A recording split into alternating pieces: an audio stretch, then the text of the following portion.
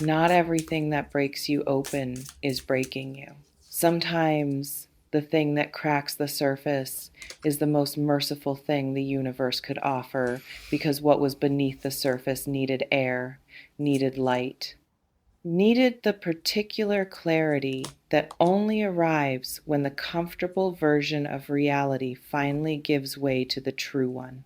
And right now, standing at the threshold of this reading, I want you to understand before anything else, what is coming toward you has two faces. One of them will sting. There is no way to soften that, and I won't try because softening it would be its own kind of dishonesty, and you deserve honesty more than you deserve comfort. Something is about to be revealed from two directions.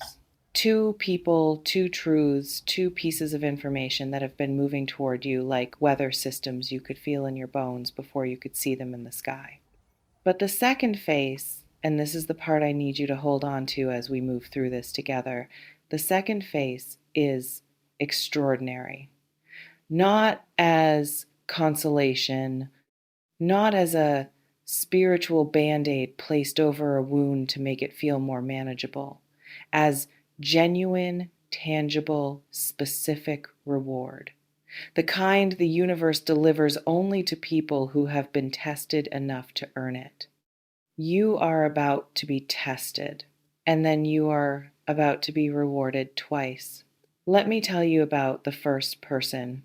Their energy has a particular quality, something between guilt and relief, like someone who has been carrying something for longer than was comfortable, and the weight of the carrying has finally outgrown the desire to keep the secret. There's a confession here, but not the warm kind. Not the kind wrapped in tenderness and courage and carefully chosen words.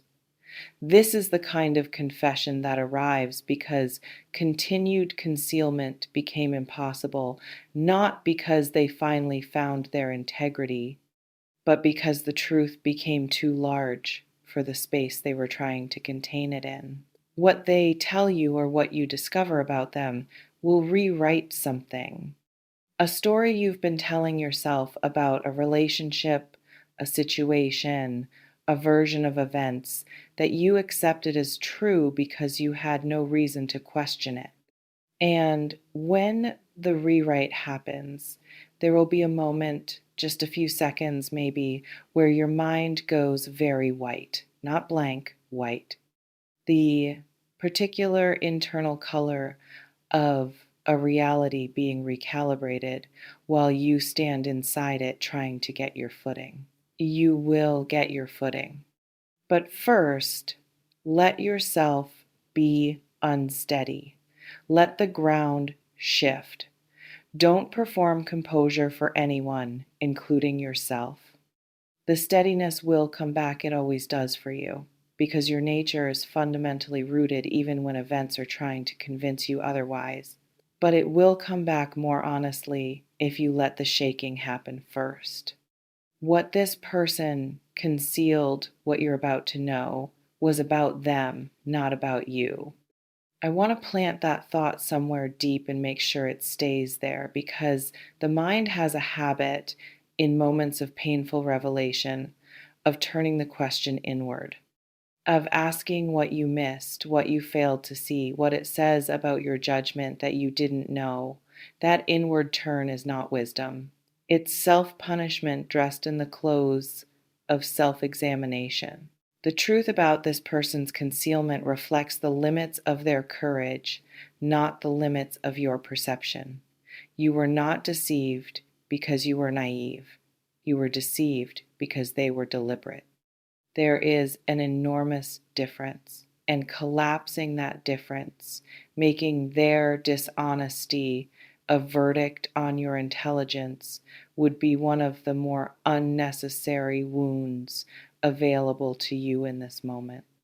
Refuse it. Place the truth where it actually belongs, with them, with the choice they made repeatedly to let you operate on incomplete information. And then, not immediately, not before you felt what this actually costs, you begin the process of understanding that what you lose when someone's real face is revealed is not something you actually had. You lose the illusion. The real thing was never there to lose. That is a grief, a legitimate one, and it is also quietly a liberation. The second person arrives with different energy entirely. Where the first carries guilt and the stale smell of something long kept, the second carries something that feels almost accidental in its timing, like someone who didn't plan to say what they're about to say, but couldn't stop themselves once the moment arrived. There's an impulsiveness to this revelation, a lack of premeditation that counterintuitively makes it more credible rather than less. What they reveal is something they know about a situation or a person or a dynamic that directly affects you. Information that has been in their possession for a while, perhaps, but which they either didn't realize was relevant to you or which they kept out of loyalty to someone else or simply out of the particular human tendency to avoid becoming the bearer of news that will complicate things. The complication is coming. But here's what I notice about the energy around this second revelation. Underneath the discomfort of the information itself, there is something that functions as a gift, a missing piece clicking into place.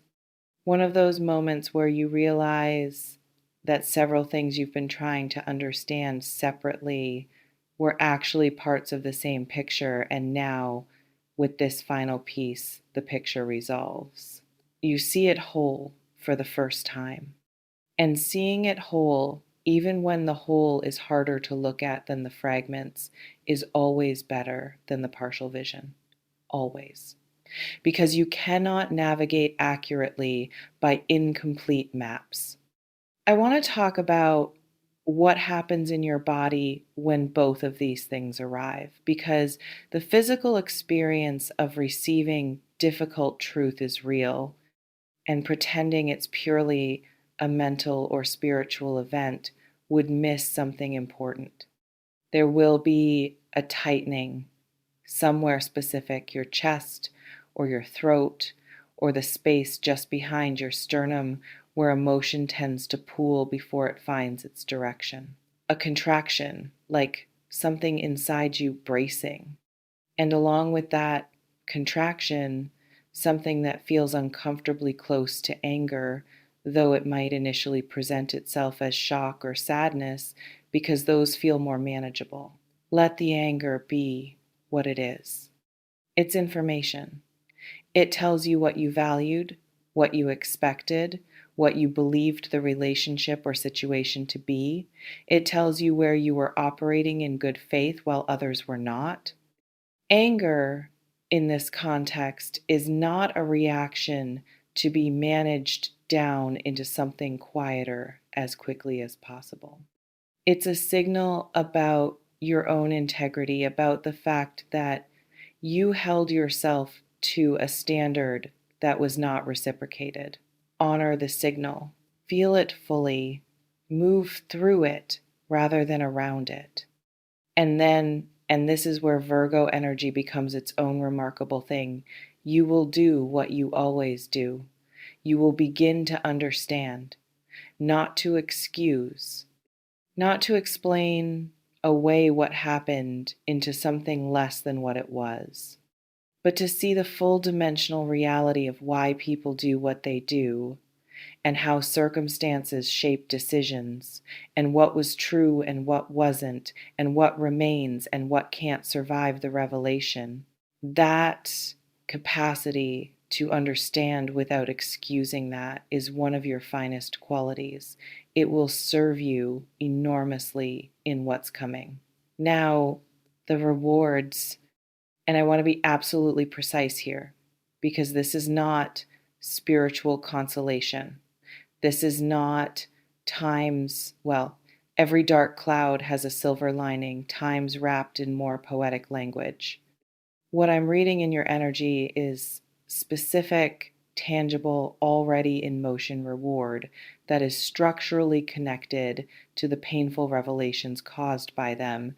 In fact, in the way that removing something rotten from a wound is what allows actual healing to begin. The first reward arrives in the form of clarity that changes your decisions. Right now, before this information lands, you are making choices or about to make choices based on an incomplete and partially false picture of your situation. Some of those choices made on that basis would have cost you significantly time, energy, emotional investment, resources directed at something that couldn't hold them. The painful truth is going to redirect you. It's going to close a door that you might have walked through to your own detriment and stand you instead in front of a different door, one that has always been there, but that you weren't looking at because your attention was elsewhere. That redirection is a reward, an enormous one. The version of your life that becomes available once you stop investing in what wasn't real is so much larger than the version you were building inside the partial truth. The energy that has been going into the wrong places, the emotional bandwidth, the loyalty, the creative investment, the sheer daily attention, that energy is about to be freed. And freed energy in the hands of someone like you is not a small thing. It is everything. The second reward is relational, and this one is the one that will make you cry if you let it. In the aftermath of discovering who someone really was, what always comes into sharp relief is who someone really is. The people who were real the whole time. The ones who didn't require a revelation to prove themselves because they have simply, consistently, without drama or demand for recognition, been exactly who they appeared to be. You are going to see someone more clearly, someone who has been present genuinely, quietly, without the performance of presence, and who you may have been seeing through a particular kind of fog created by the louder relationships in your life. The ones that required more management, the ones that took up more of your interior weather. And with those relationships being clarified by truth into their actual diminished size, something else becomes visible. This person, in their full, undramatic, completely consistent realness, and what you feel when you see them clearly, when the fog of the other dynamics lifts and you find this person simply standing there exactly where they've always been, asking for nothing, proving everything through continuation, is going to reorder your understanding of what love actually looks like when it isn't complicated by someone else's needs. It isn't loud. It isn't intense in the anxious, consuming way. It has the quality of something deeply, effortlessly alive, like a window in a room you forgot had light. That is your second reward, not a compensation, a revelation of something real that was always there. Something I want to address carefully because I feel it in your energy and I think it needs to be named before it becomes a problem. There will be a temptation in the aftermath of these revelations to turn your trust inward, to seal yourself, to decide that the existence of deception in some relationships is evidence that all relationships carry hidden costs, and therefore the only truly safe position is radical self-sufficiency, needing no one, showing nothing, keeping everything important behind a wall so smooth and high that disappointment can't find a foothold. That temptation is understandable. It's also wrong. Not wrong as a judgment on you, wrong as a strategy. Because what you would be doing in that sealed and self sufficient position is allowing the people who didn't deserve your trust to determine the conditions under which everyone else relates to you. You'd be letting the ones who failed you write the rules for the ones who haven't. And that particular piece of collateral damage is the one thing I want you to consciously refuse. The second reward I described, that person, that real and consistent presence, needs a version of you that is still willing to be known, still capable of being reached, still human enough to let something good land without immediately searching it for the deception that isn't there. Protect your trust, yes. Refine who receives it, absolutely. But don't bury it.